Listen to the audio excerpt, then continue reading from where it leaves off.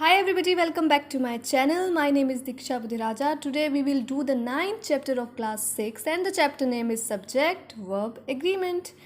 Let's learn about subject verb agreement. What is subject verb agreement? देखो word से ही पता चल रहा है कि सब्जेक्ट और वर्ब की ना एक अच्छी सी तालमेल से एक सेंटेंस बनता है कि अगर सब्जेक्ट जो होगा हमारा सिंगुलर होगा तो वर्ब भी सिंगुलर होगी, अगर सब्जेक्ट हमारा प्लूरल होगा तो हमारी वर्ब भी क्या होगी, प्लूरल। बट अब बहुत सारे ऐसे रूल्स हैं जिसमें कुछ चीज़ें चेंज भी होती हैं, कुछ एक्सेप्शनल्स केस भी आते हैं, तो पढ़ते हैं इसके बारे में। In every sentence the subject and the verb must be in agreement according to the grammar rules of person and number. कहते हैं कि हर सेंटेंस में जो सब्जेक्ट और वर्ब है वो एग्रीमेंट के तौर पर होती है। कैसे? जैसे कि जो ग्रामर के अकॉर्डिंगली जैसे रूल्स होते हैं उसके हिसाब से जो है वो सेंटेंस को पूरा किया जाता है। क्लियर? देखिए ऊपर फर्स्ट से करते हैं। लाइक पर्सनल प्रोनाउंस, जो हमारे पर्सनल प्रोनाउंस होते हैं, verbs also have first person, second person and the third person. जैसे फर्स्ट पर्सन में आई, सेकंड पर्सन में you and the third person में ही शी इट। तो आपको पता है ना, जैसे फर्स्ट पर्सन के लिए जो आप सिंपल प्रेजेंट में करते हो वर्ब की फर्स्ट फॉर्म प्लस एस या ई एस, तो आपको पता है ही शी इट के साथ वर्ब की फर्स्ट फॉर्म और एस या ई एस लगता है। बाकी सबके साथ हम वर्ब की फर्स्ट फॉर्म लेते हैं। आई राइट, यू राइट, यहाँ पर वी राइट भी हो सकता है, दे राइट भी हो सकता है, राइट। तो थर्ड पर्सन में हम क्या लेते हैं, एस या ई एस। और आप देखो कितना आसान तरीका है समझने का। फर्स्ट, सेकंड और थर्ड पर्सन को अच्छे से समझिएगा, बुक में नहीं है ये। फर्स्ट पर्सन मतलब पहला इंसान, हम किसकी बात कर रहे हैं, खुद की। सेकंड पर्सन मतलब कोई दूसरा इंसान, मतलब you.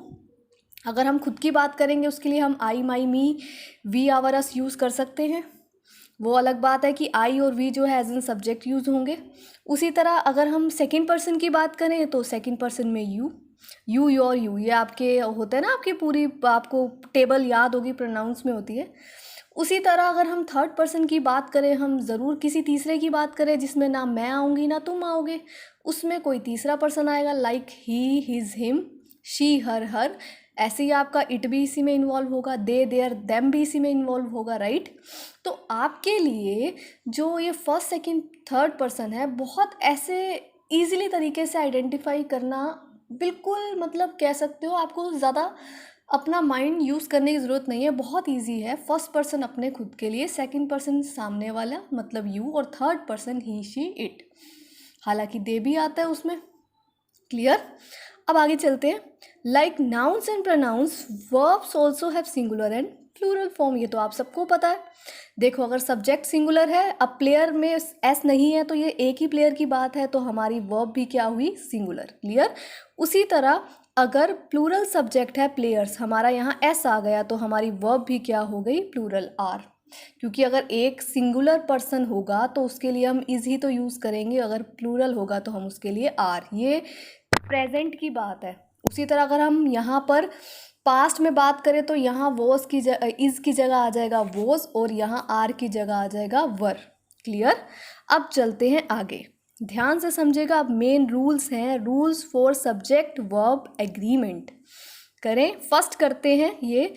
When two words or groups of words are joined together, the verb should be singular। अगर दो शब्द हम जोड़ देते हैं या कोई ग्रुप ऑफ वर्ड्स को हम इकट्ठा यूज़ करते हैं, जॉइन टुगेदर, जो वर्ब होती है वो क्या होती है, सिंगुलर। जैसे कि देखो, संगीता और Kapil has done this work. ये देखो, संगीता और कपिल। अब देखो जो और है उसका मतलब हुआ या, इन दोनों में से एक ने काम कर लिया होगा, राइट।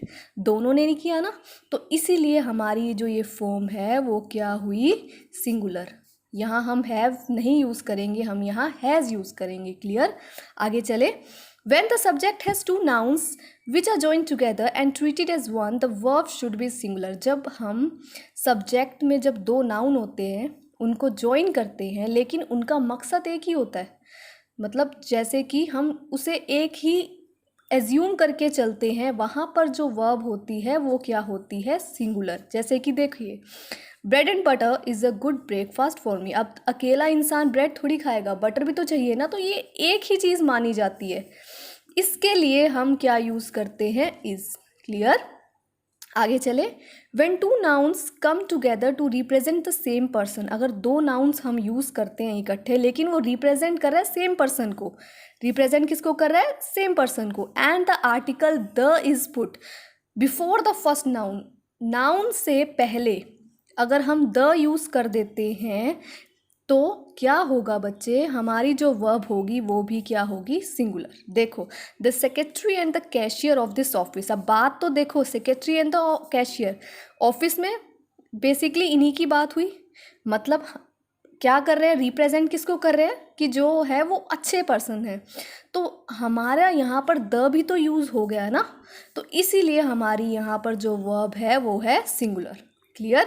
अब आगे देखिए, when two nouns which come together to represent two different people, जब हम दो नाउन यूज़ करते हैं, उन्हें जोड़ते हैं लेकिन वो डिफरेंट पीपल को बिलोंग करे, डिफरेंट पीपल, यहाँ हमने सेम पर्सन की बात की है ना, क्योंकि उन्होंने कहा कि गुड पर्सन है, कौन कौन, दोनों, कैशियर भी और सेक्रेटरी भी, यहाँ पर डिफरेंट पीपल्स की बात हो गई, किसकी हो गई, डिफरेंट पीपल्स की, तो यहाँ पर हमारी जो वर्ब होगी वो क्या हो जाएगी, प्लूरल। कैसे, the landlord and the tenant of this building are good people.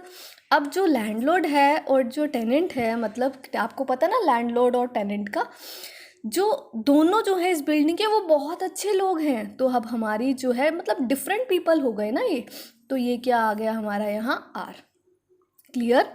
Next है, for a noun expressing quantity और amount as 1 unit the verb should be in singular. ये तो आप बेसिकली बोलते भी हो। देखो, अब हम ये नहीं कह सकते, अब देखो नाउ डेज 10 रुपीज़, अब ये मत कहना कि पीछे एस है तो हम आर यूज़ करेंगे, नो, ये हमारी 1 यूनिट है। क्या है, 1 यूनिट, इसीलिए हमने यहाँ पर सिंगुलर वर्ब ली है इज।